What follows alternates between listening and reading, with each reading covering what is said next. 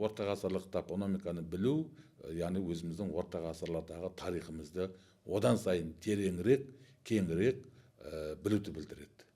Тұран деген сөзге байланысты. Тұран сөзінің өзі анықтамасы қандай? Және Тұран деген бұл территориялық атау ма, жоқ халыққа берілген атау ма? Орыстың мұжығының балдары орыстың тарихын неміс тілінде оқиды екен. Орыстың тарихы немісше жазылады екен. Қара теңізден Қытайға дейін шекарада түрік халықтарының мекендеген жері. Бұл өте бір үлкен аумақ. Албан деген мысалы Алып таудың етегінде тауда мекен еткен халықтар дегенге келе ме сонда? Сол жердегі сол заманда егілген ағаш іші қуысы шіріп кетсе де жергілікті пір тұтып сақтап отыр. Шұңқыр деген сияқты. Ондай да бір аударылған сөздер емес пе? 9 ғасырда 2x түсіп қалып, 1-ші ғасырымызда күледі да. Орыстан қалған, қалмақтан қалған жесуаттарын өзгертуге не кедергі? Түркістан ол 30 қамалдан, 30 қаладан тұратын аймақ дейді. Топонимикалық атауларға байланысты тарихшылардың жасаған ғылыми еңбектер жоқтың қасы екен. Бұған негізгі себеп не болып тұр сондағы? Қазір қазақ қырғыз болса, қырғыздың бәрін қарап шықтым, қазір соңғы кезде бәрінде 12 рудан бар. Саламатсыздар ма біздің YouTube арнасының көрермендері? Бүгін біз қазақ халқының этникалық территориясының қалыптасу аспектісіндегі орта ғасырлық топонимика атты ғылыми жоба аясындағы келесі сұхбатымызды бастаймыз. Бүгін бізде Әл-Фараби атындағы Қазақ ұлттық университетінің профессоры, тарих ғылымдарының докторы Кәрібаев Берекет Бақытжанұлы ағайымыз. Ағай, YouTube арнамызға қош келдіңіз. Қош келдік. Бүгінгі біздің ең алғашқы сізге деген сұрағымыз, орта ғасырлық топонимика деген ұғымды қарапайым тілмен қалай түсінуге болады? Өте жақсы сұрақ. Бірден мына тыңдармандар үшін де, көрермендер үшін де бірден тез қағып алатын ұғынықты өте жақсы сұрақ екен. Жалпы топонимика деген ол халықаралық термин. Қазақшалағанда жер су атаулары, олардың шығуы, пайда болуы, маңызы, мәні соны білдіреді. Ал орта ғасырлық деп отқанымыз, әрине бұл тарихи жер су атауларының тарихы ғой. Яғни орта ғасырлардағы топонимика деген сөз, яғни осыдан 1000 жыл бұрынғы, тіпті одан дәрірек, одан бергі кездегі біздің тарихи отанымыз аумағындағы жер су атауларының тарихы. Оның қазақ халқының саяси, этникалық тарихымен байланыстылығы, сол туралы зерттеу, сол туралы ұғым. Яғни орта ғасырлық топонимиканы білу, яғни өзіміздің орта ғасырлардағы тарихымызды одан сайын тереңірек, кеңірек білуді білдіреді. Керемет. Ағай, келесі сұрақ. Топонимдер арқылы халқымыздың этникалық тарихын зерттеу қаншалықты маңызды? Ол әрине,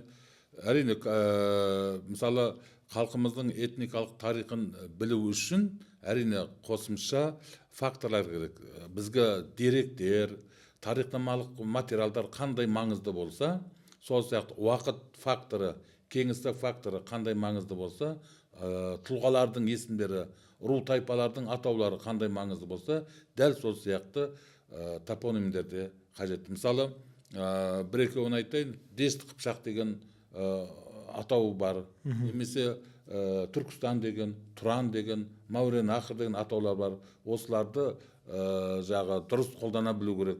Яғни олардың қай уақытпен, қай ғасырмен, қай дәуірмен байланыстыра қарастыру керек. Бұның бәрі әрине этникалық тарихты білуде өте маңызды.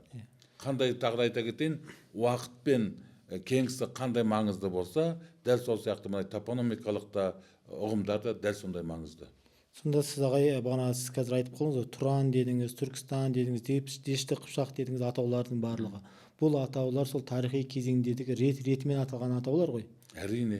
Мысалға біз үшін ең ескі атау Тұран деп аталады. Мағжан Жұмабаев ағамыздың сонда бір өлең поэмада айтылады, сол кезде мағжандардың өмір сүрген кезі деп айтайық. Енді анау алысқа бармай-ақ 20-шы ғасырдың басында орыстың, одан кейін европалық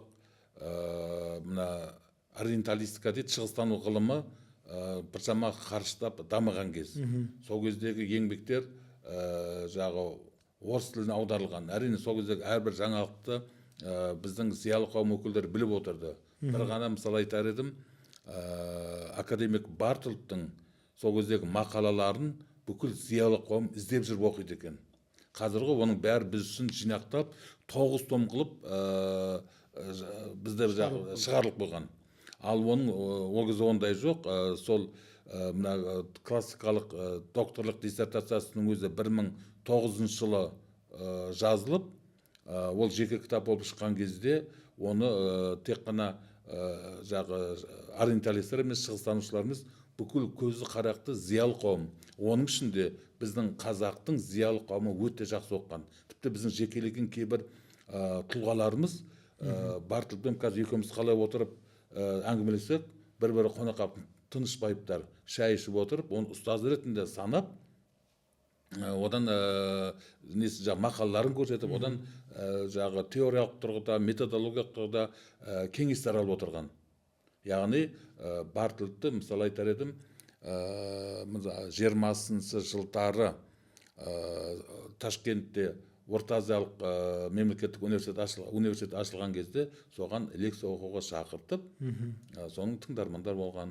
Тіпті оның бір несін айтайын, Бартолттың 1900 жылы қорғаған диссертациясының 25 жылдығына арнап, шәкірттері дәл сондай орта ғасырлық еңбектер дайындайды. Сол еңбектерді ішінде, әрине олар ол кезде Бартолт Ленинградқа кетіп қалған кезде не істейміз деп өзінше 25 жылы ақылдасады. Сонда Бартолт енді энциклопедиясы ғалым сияқты дейді, олар археология, этнология, тарих, одан басқа экономика, тағы да қосалқы тарихи пәндер бойынша бір жұмыс тобы құрылады да, енді сондайғы бәрі жинақтап кітап қылып шығарып, біз соны ұстазымызға сыйлайық дейді. Соған сол жұмыс тобының құрамында 2 қазақтың жігіті болған мүшесі. Біреуі Тынышбаев, екіншісі Досмұхамедов болған. Солардың еңбектері сыналған. Бартолт сондай өзінің шәкірттерінен сондай еңбекті күткен. Және айтар едім, бұл дер кезінде шыға алмай қалды. Жоспарланды 25 жыл оқу жылында, бірақ кейін бұл 27 жыл шықты. Сонда Тынышбаевтың жазғаны алғаш рет біздің ауыз әдебиетімізде жүрген Ақтабан шұбырындыны ол алғаш рет сонда мақала қылып жазып, ғылыми айналымға енгізеді.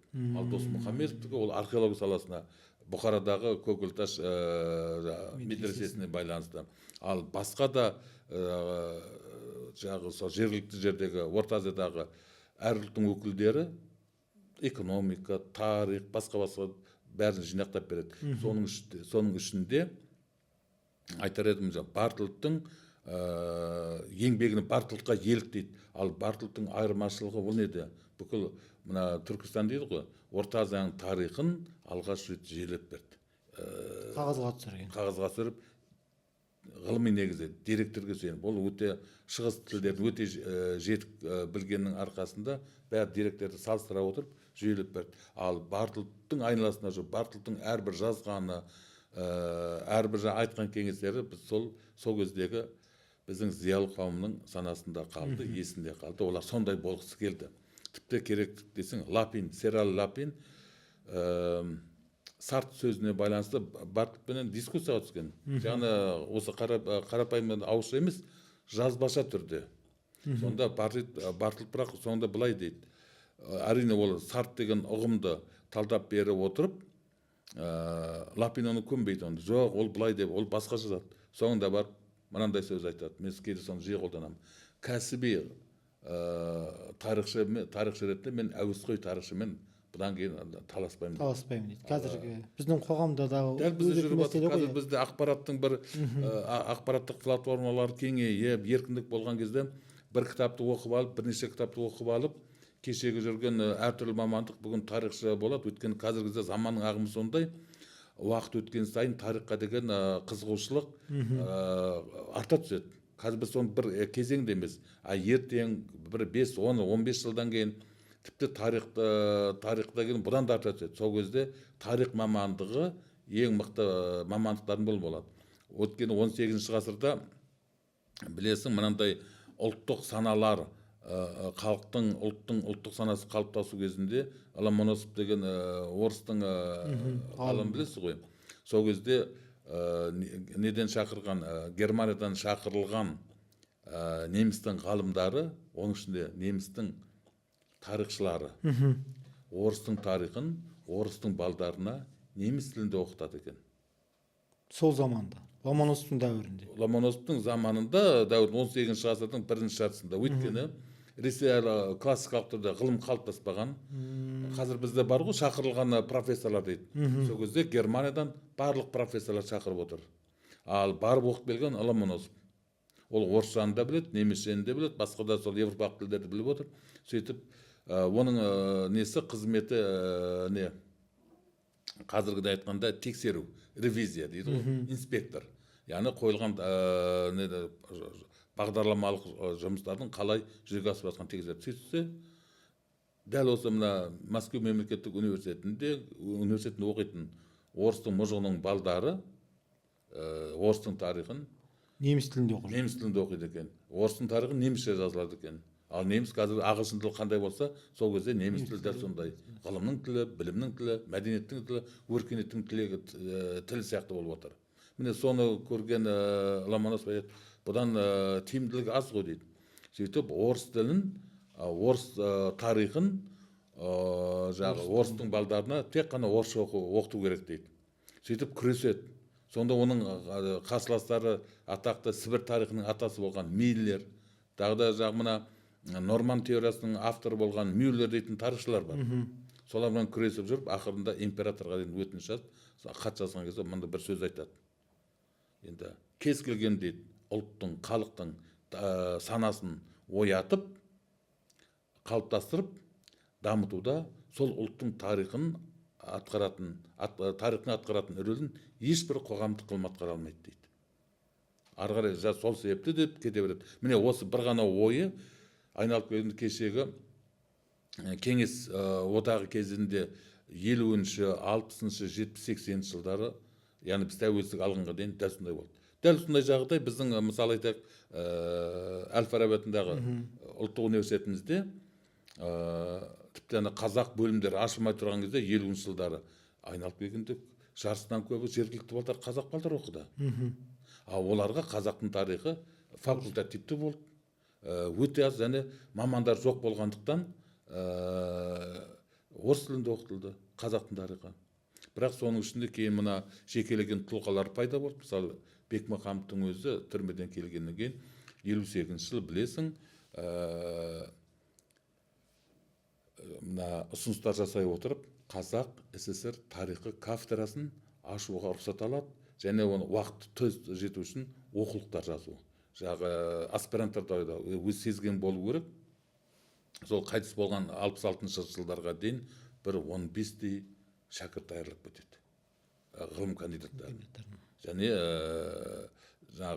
кәсіби негізде өзі спецкурс па, арнайы курстар оқыды, жалпы курстар оқыды, сөйтіп сол негізін қалап кетті. Содан кейін оның шәкірттері онан сайын жалғастырды.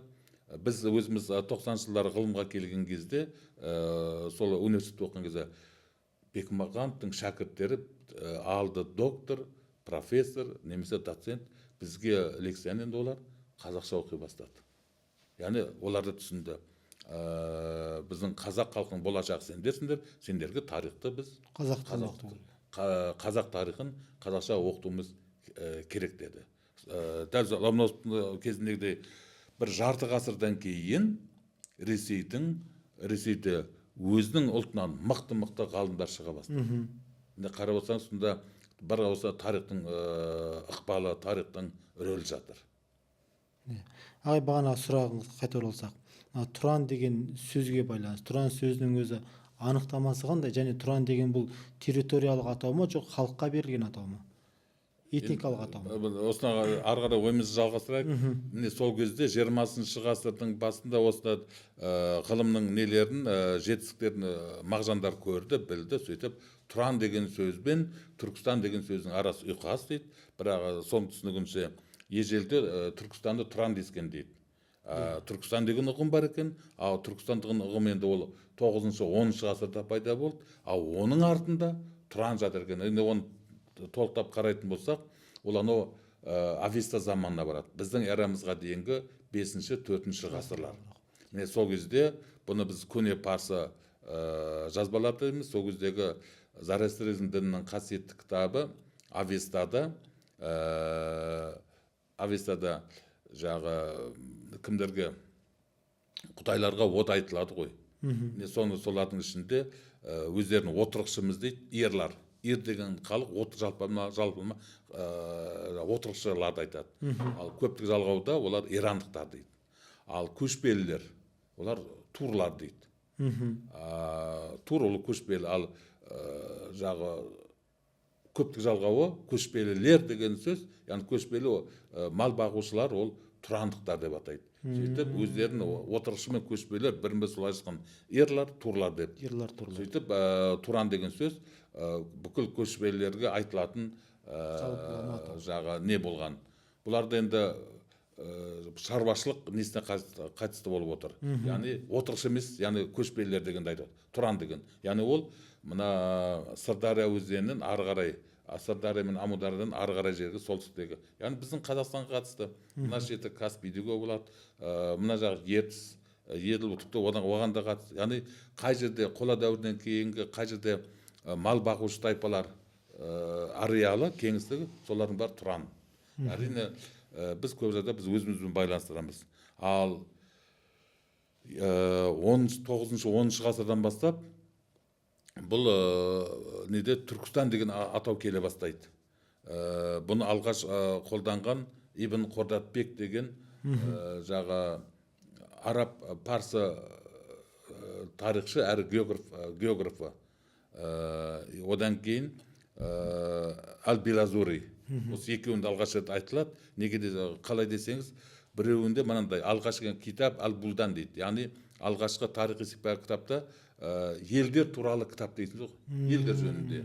Яғни араб халифатына сол кезде ақпараттар керек болды. Сөйтіп қай жерде қандай тайпалары бар дейді. Соның ішінде алғаш түркілердің мекені деген айтылады сөз. Түркілердің мекендігін Түркістан деген кетіп қалады. Ал Ибн Қордатбекте болса, осы жеке китап Ал-Булдан деген еңбектің ішінде жеке параграф тарау ретінде көрсетіледі. Яғни Түркістан деген параграф береді. Онда дейді, Амудан өтіп Түркістанға 2 жол апарады дейді. Түркістан жаққа 2 жол апарады дейді. Біріншісі Шашқа дейді, ол Түркістанды айтып отыр, Ташкентті айтып отыр, екіншісі тағы несін айтады. Міне, сөйтіп Түркістан деп ары қарай Бартыл мындай анықтама береді. Түркістан деп дейді, осы 9-10 ғасырларда бүкіл түрік халықтарының өмір сүретін аумағы. Жаңағы Тұранға қазір Қазақстан деген сияқты атау ғой сонда Түркістан деген. Иә, оларда парсы тілінде стан деген сөзді көп, Астон, Естон деген парсы тілінде жұрнақ бар. Ол жұрнақ кез келген сөзге жалғанбайды. Тірі зат есімге атауға жалғанып, оның мекен жайын білдіретін жұрнақ дейді. Иранның өз ішіне қарап алсаңыз, көптеген қанша Иранда 40 шақты не бар шығар, провинция. Біз облыстар ғой. Бамистан, Кухистан, Систан, яғни нелер, сол рулардың, сол жерлерді мекендейтіндері. Сол сияқты бүкіл парсы тілді ежелгі мәдениет, өркениет болғаннан кейін айналасындағы көрші елдердің бәрін солай атаған халық және халықтың аты солар өмір сүретін аймақ дегенді білдіреді. Керісінше әрине біріншісі латын өркениетін алсақ, оларда иямен аяқталады. Англия, Франция, Германия, басқа алмаяқта стан деген аяқталады. Айырмашылық сонда. Міне, сөйтіп Түркістан деген термин пайда болады. Оны Бартыловтың дәлдеп көрсетуінше Қара теңізден Қытайға дейінгі шекара міне. Қара теңізден Қытайға дейін шекарада түрк халықтарының мекендеген жері. Бұл өте бір үлкен аумақ. Ерекше зор. Евразияның 1/3-дей. Ал кейін бұл алғаш кезде. Ал енді кейін мына неге Орта Азияға кіріп, ары барып көргеннен кейін ары тереңдеп бұлардың еңбектері нақтылана түседі. Енді сол Түркістан деген атау кең болса, 13 ғасырдан бастап оның ішінен Мауреннахр деген ұғым шығады. Дешті қыпшақ деген терім шығады. Дешті қыпшақ дегеніміз ол қыпшақ тайпаларының қыпшақ даласы дегенді білдіреді. Қыпшақ даласы. Дәшт деген қыпшақ, дала, ал қыпшақ түсінікті. Кейін осы екеуінің түйіскен жерінде 13-15 ғасырда Түркістан деген термин пайда болды. Бұны мен өз зерттеулерімде Түркістан атауының екінші мәні мағынасы деймін. Бұрын түркі елдерінің атаса жалпы Түркістан деп? Жалпы бұрын алғашқы мағынасы. Иә. Бүкіл мәні. Бүкіл түрік тайпаларының жалпы мекендеген жер болса, екінші орта ғасырда оның қысқарған тар мағынасы деп айтамын. Бұл Ташкенттен, Қызылордаға, қазіргі Ташкент пен Қызылорданың арасындағы Сырдария өзенінің екі жағындағы жерлер. Территориялық мағынасы анықталып тұр Түркістанның қазіргі екінші. Соны Әмір Темірдің заманында былай деді. Түркістан қалалары Сығанақ, Созақ, Сауран, Отырар, Сайрам дейді. Кейін бұл Түркістан қалалары дейді. Ал Ибн Рузбехан болса айтады, Түркістан дейді, бір аумақ ретінде. Егер бүкіл жер бетіндегі аймақтардың бәрін адамның несіне жағы, денесіне теңейтін болсақ дейді, Түркістан оның жүрегіне сол жағын сәйкес кетеді. Ең керемет гүлденген аймақ дейді. Екінші бір жерінде айтады, Түркістан ол 30 қамалдан, 30 қаладан тұратын аймақ дейді. Ең гүлденген аймақ дейді. 14-15 ғасырлар. Кейін қарап отырсам, мен өз тақырыбым соған келеді, кандидаттық диссертациям. 30 қаланы қандай деп қарап отырсам, археологтарымыз соның 29-30-ын тапқан екен. Олар әрине өте үлкен қалалар, орташа қалалар және ұсақ қалалар болған. Енді үлкен қалалардың өзі қарап отырсам 6 екен. Егер мына неден қарасақ, біздің Дешті қыпшақ Түркістан, Созақ, Сауран, Сығанақ, осы үшеуі біздің Дешті қыпшақ солтүстік жағы. Одан кейін Яссы, Түркістан, Отырар, сосын Сайрам. Әр қаланың және өзінің үлкен 6 қала. 6 үлкен. Және олардың жанында спутник қалалар дейді ғой, серіктес қалалар. Алматы болса, Алматыға, Қаскелең, Есік, Талғар, сондай қалалар болса, сондай да болған. Бір ғана Отырардың мына Түркістанның жанында, Яссының жанында Шауғар, Қарнақ дейтін қалалар бар. Қалашықтар. Бұлар орташа қалалар. Сосын ұсақ қалалар дейтін болған. Аркук, Өзгент дейтін басқа қалалар бар. Енді осы қалалардың әр қайсының өзіндік рөл болған. Мысалы 6 қала деп алатын болса, үлкен 6-аудың біреуі ғана Қаратаудың солтүстігінде. Ол Созақ қаласы. Қалғандары 5-еуі мына Қаратаудың оңтүстік жағында. Және бұлардың бәріміз кейбіреулері Сырдариядан аста орналасқан. Және кейбіреулері көбідегі болады Сырдың оң жағалауында, сол жағалауында емес. Сырдың сол жағалауы енді бұл таза географиялық жағдайға байланысты. Сыр деген 10-12 жылда бір қатты тасып тұрады ғой. Сондықтан бұл қалалар Сырдың дәл жағасында емес, кейбір болады ғой жағы. Сырдан су алдын алады. Бұл Сырдан 10-15 шақырымдай аста болады екен. Бұл әбден неге байланысты қалыптасқан. Ал кейбір қалалары бар, мына Қызылқұм жағында, сол жағалауында. Оң жағалауында құм жоқ, сол жағалауында құм. Сол жағалауы өзенге жақын, ал оң жағалауы өзеннен қашықта орналасқан. Ал әрбір қалаға келетін болсаң, мысалы Созақ ол Дешті қыпшаққа шығатын қақпа. Бүкіл жолдардың бәрі, біз негізінен шығыс пен батыстың халықаралық сауда жолы дейміз ғой. Сол сияқты оңтүстік пен солтүстіктің арасында да жол болған. Бұл өзіміздің ішкі сауда жолдары. Мысалы Созақтан Бұхарада шыққан монеталар табылады. Бұны сол кездегі археологтар онсыз Ерзаков айтады, бұл сол кездегі ішкі сауданың солтүстік пен оңтүстіктің қатты дамығандығын көрсетеді. Созақ ары қарай Дешті қыпшақ. Ал Сайрам болса, бұл Мауреннахрға кіретін қақпа сияқты. Мына Түркістанның өзінен бірнеше 3 жол шығып барып, бәрі Созаққа келсе, Созақтан келеді, Созақтан ары қарай Дешті қыпшаққа тарап кетеді. Ал осы қалалардың ішінде бір ерекшелік Сауран қаласы бар. Сауранның қамалдары әлі күнге дейін тұр.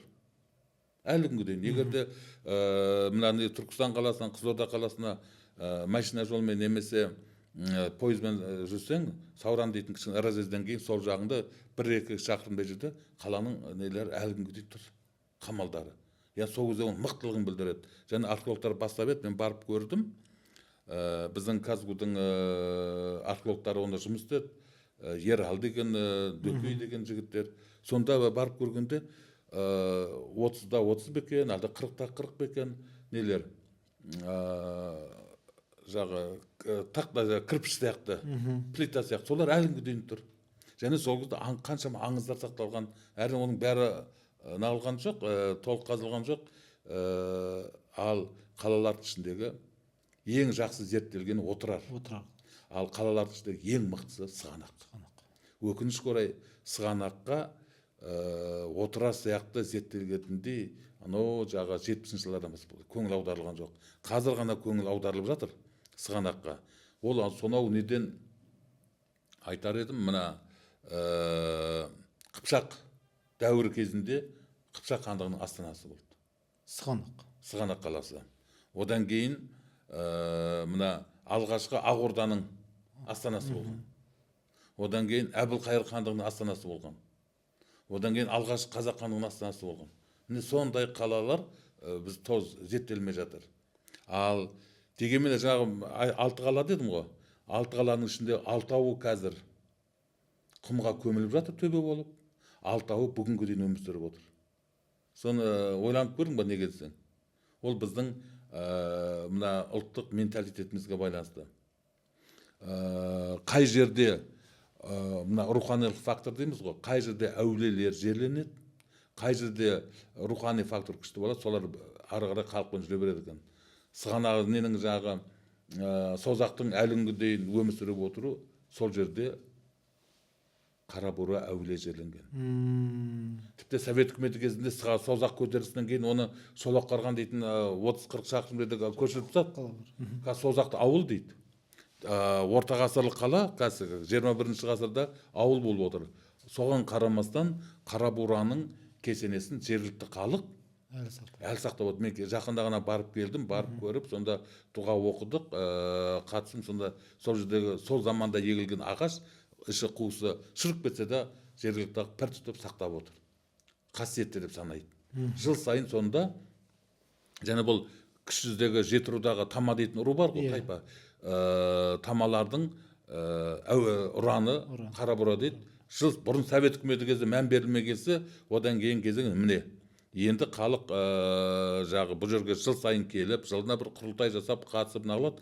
Енді ары қарай қазақ халқы бар жерде, мына Созақ қаласы, оншыда Қарабура әулиенің есімі ұмытылмайды, Созақ қаласы ары қарай дами береді деп ойлаймын. Ал Совет үкіметі кезде бұны Шолаққорған деген ауылға аудан орталығын көшіріп жіберді. Ол қазір Шолаққорған поселкесі гүлденіп дамып жатыр. Созақты ауыл дейді, бірақ ауылда ауыл емес, кәдімгі поселок, кішігірім қалашық. Бұл Қарабураның әулиенің арқасы. Екіншісі Түркістан Яссы қаласы. Бұнда білесіз, Қожа Ахмет Яссауиға байланысты.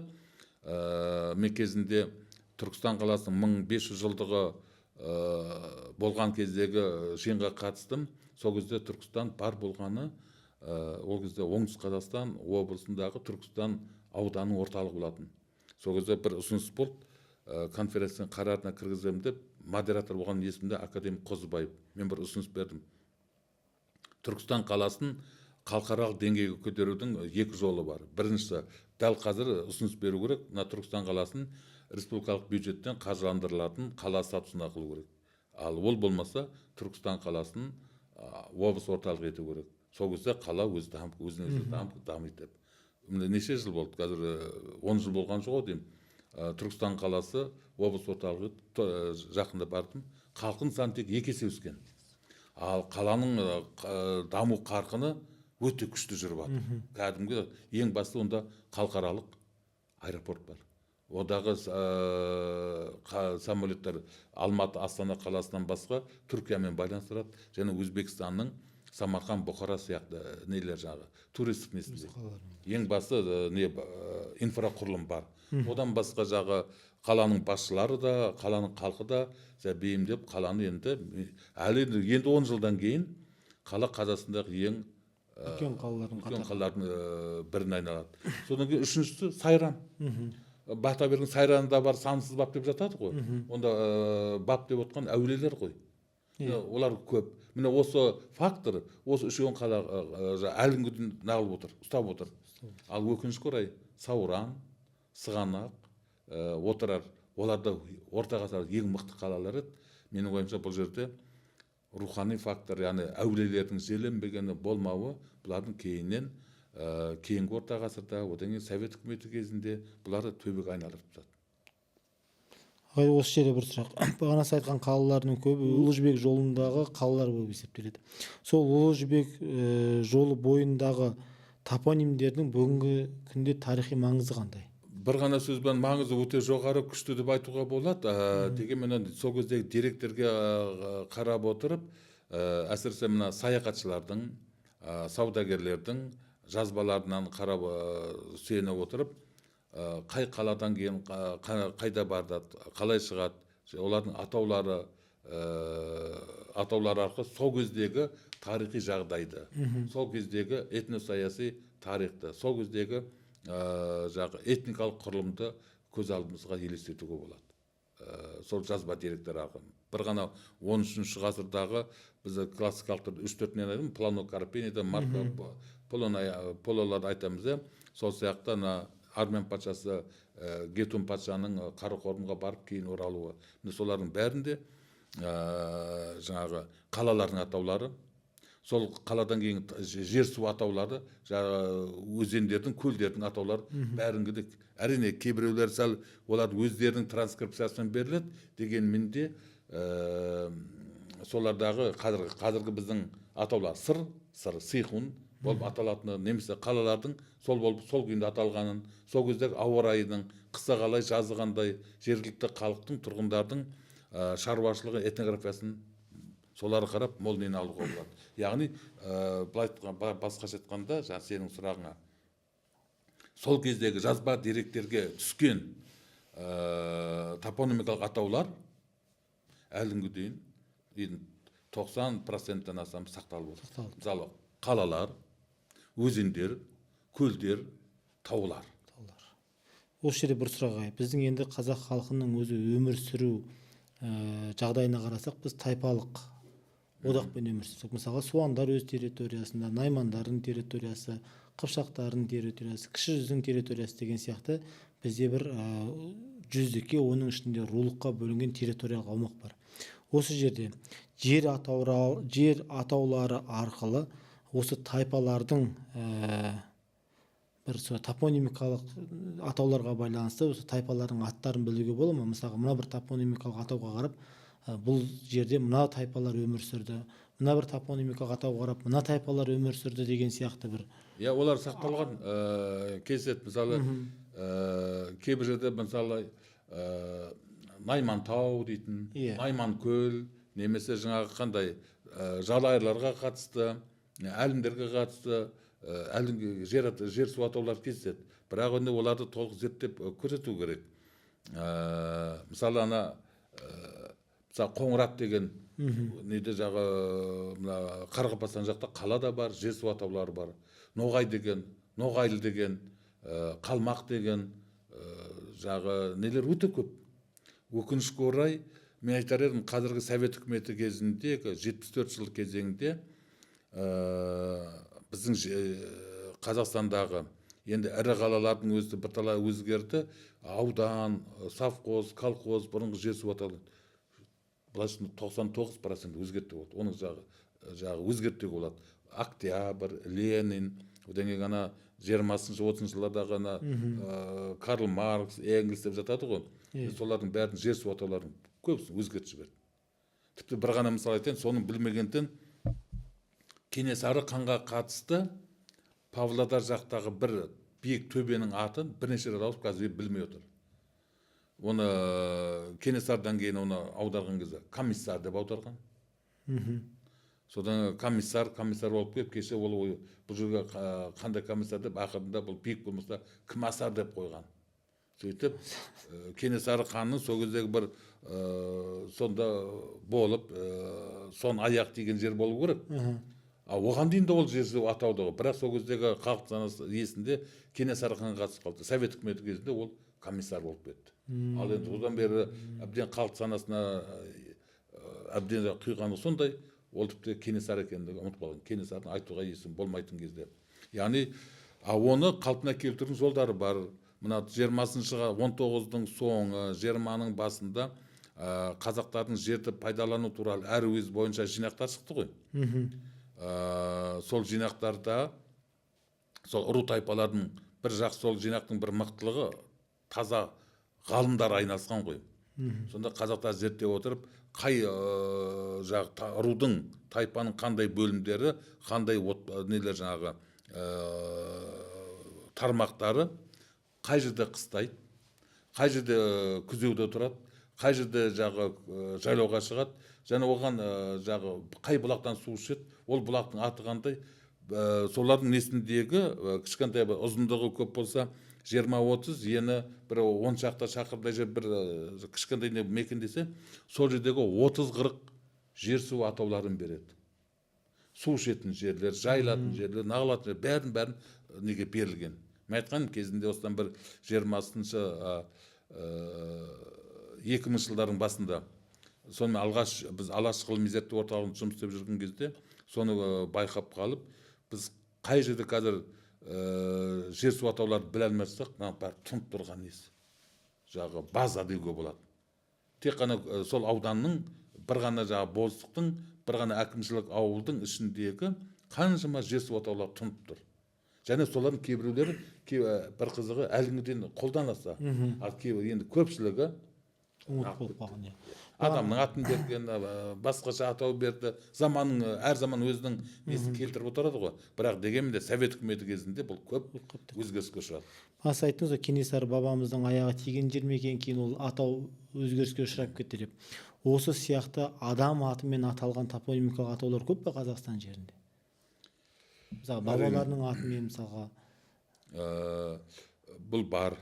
Енді көп жағдайда адамның аттарымен келетін нелер бар. Мысалы, Әбілқайыр ханға қатысты, Абылай ханға қатысты, Барақ сұлтан, одан кейінгі Барақ батыр, мына Айшуақ, Нұралыларға, есім хандарға қатысты кейбір бүкіл қазақ білмесе де бір локалды дейміз ғой, кішігірім аймақты жерлерде бар. Кейбіреулер тіпті кілем жайған дейтін жерлер бар. Ақтөбе облысы жақта кілем жайған. Кейін оның бар сұрап білсең, жергілікті өлкетанушылардан Кенесары бір нені баяндайды, сонда хан келердің алдында кілем жайып қойған дейді. Орда қонған дейтін, қалмақ қырылған дейтін. Енді ондай нелер көп. Оны арнайы іздесе, тіпті Тынышпаевтың өзінің несінде өлкетанулық мақалалардың көп тұнып тұрған осы нелер, жер су атауларына қатысты. Жер су атауларына қатысты. Ондайлар тіпті біздің неде де көп. Осы Жетісу өңірінде де көп.